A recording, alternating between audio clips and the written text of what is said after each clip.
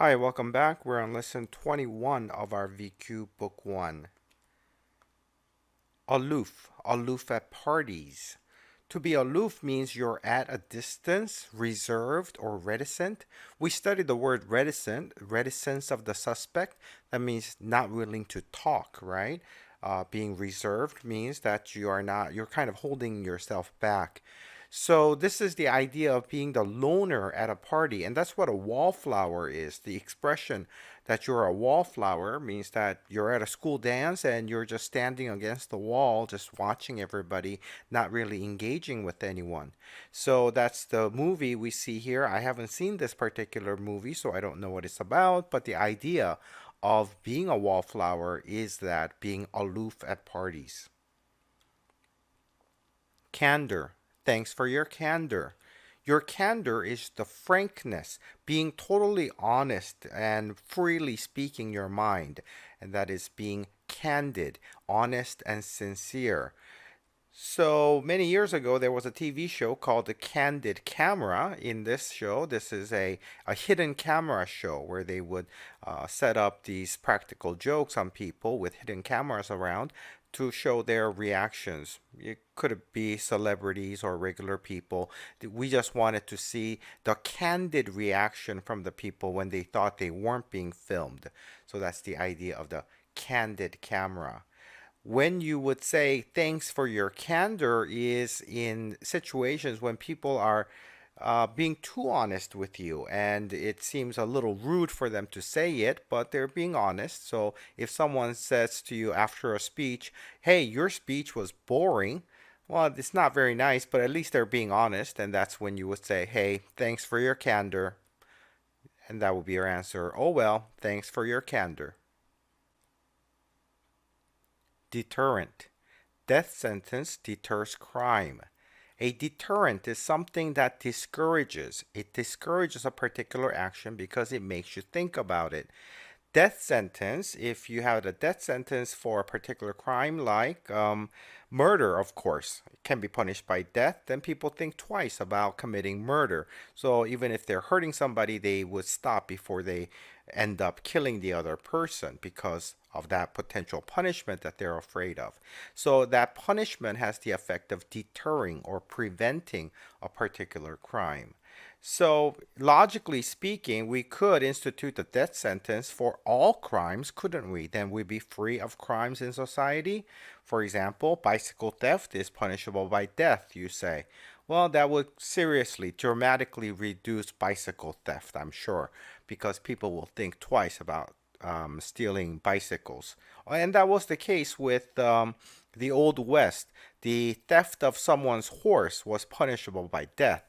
And so anybody would feel free to leave their horse just strapped to a post somewhere and just walk away because they would be sure that no one would come and steal the horse. No one wants to risk their life for a horse. And so that punishment had really that deterring effect. Well, what about, say, drug offenses now? Would you want death sentence for drug offenses?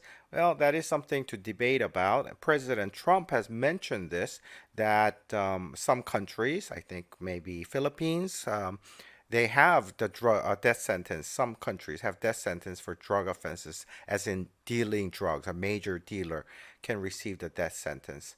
It would definitely have the effect of deterring that particular crime. Enunciate. Enunciate every syllable.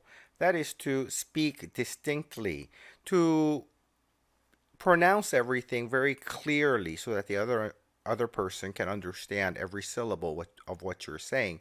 And in order to do that, you need to move your mouth a lot. You need to move your jaws. It's typically the case that a lot of young people don't do that. They kind of mumble to themselves. They expect the other people to understand. But it's good practice at a young age to enunciate everything that you say. And as you grow up, as an adult, you'll speak more clearly and you'll be better understood by other people. The root here, nuntiare, is the Latin. We don't need to know that, but we should make note of the nunc, NUNC root that appears in so many words. The announce, we talked about this before, announce, pronounce, denounce, renounce, all these words have the idea of reporting something, saying something. And that's what enunciate is related to.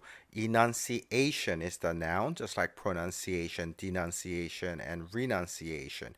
And I hope you remember still the words denounce, denounce the crime. I think we did, and renounce, renounce.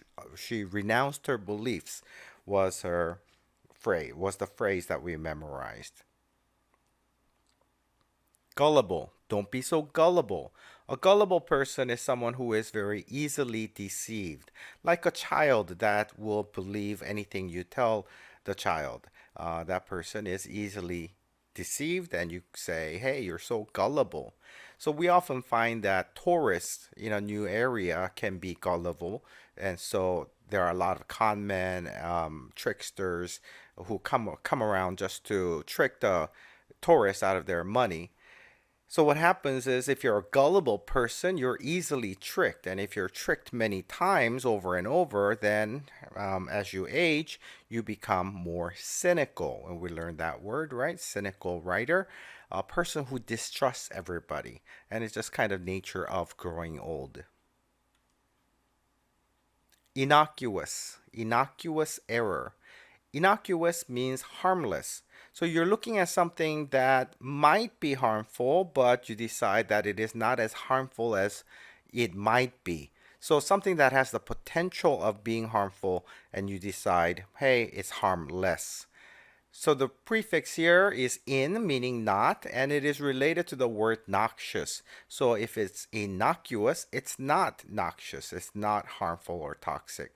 So we will look at some peppers like this, habanero peppers. They look pretty innocuous, right? They are innocuous looking habanero peppers. They look kind of like small tomatoes. It looks pretty yummy, but they are very spicy. Nefarious, nefarious villain. Nefarious means very wicked and evil. So it's a word, adjective that you use in front of someone like a villain or the kind of actions that a villain, a bad guy would do. So you can talk about a nefarious scheme to cheat people out of their money. Well, if you're cheating people out of their money, that would by definition be nefarious because you're cheating people. How about a chaste heroines, the chaste heroines, and the nefarious villains of old time melodramas? So the chaste heroines would be the female hero characters who are very pure, very good, versus the very evil villains that are very stereotypical of old movies and stories. Prodigal, prodigal son. The prodigal son was very wasteful or reckless with money. So, someone who wastes all his money is being prodigal. And in order to know the phrase here, prodigal son, you need to know the story of the prodigal son, which everyone should.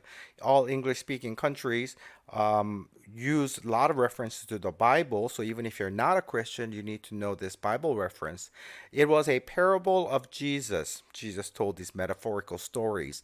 And in this particular story, the son, there were two sons, and one of the sons, maybe the older one, asked the father, before the father died, his father is still alive. The son goes to the father and says, well, you're going to give me your inheritance when you die. Can I have that inheritance money now?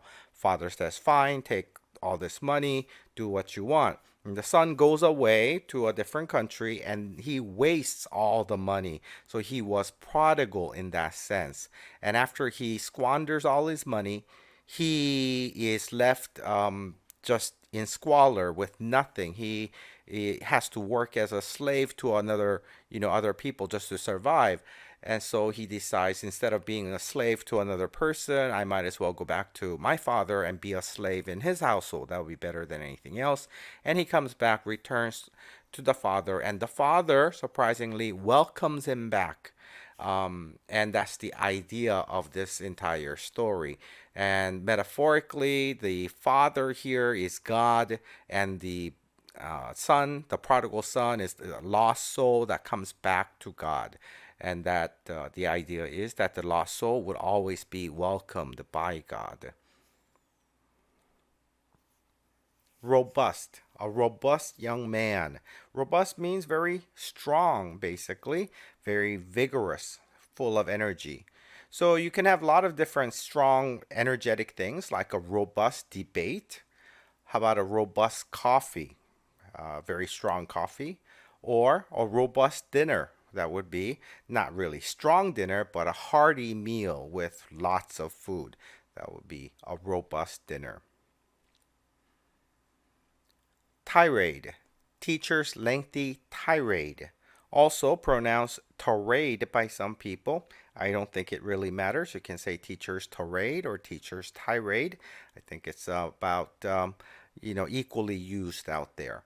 And what does it mean? It means the teacher's extended scolding, denunciation. And you've probably gone through this. There are times when a teacher gets very upset in class. Maybe he caught half the class cheating on a test. Then he goes into this rage and just kind of, maybe he's not screaming necessarily, but he is yelling at everybody at how wrong they are and all the bad things. And he's scolding them, but not for just a minute. It goes on and on. Seems like the whole period is spent for him to give this tirade at the students. So we can talk about a tirade of vulgar language. That's when someone screams at another person using lots of curse words and vulgar language. Then you might call that a tirade of vulgar language. All right, thanks for watching. That was lesson 21. We'll come back for lesson 22 in the next video.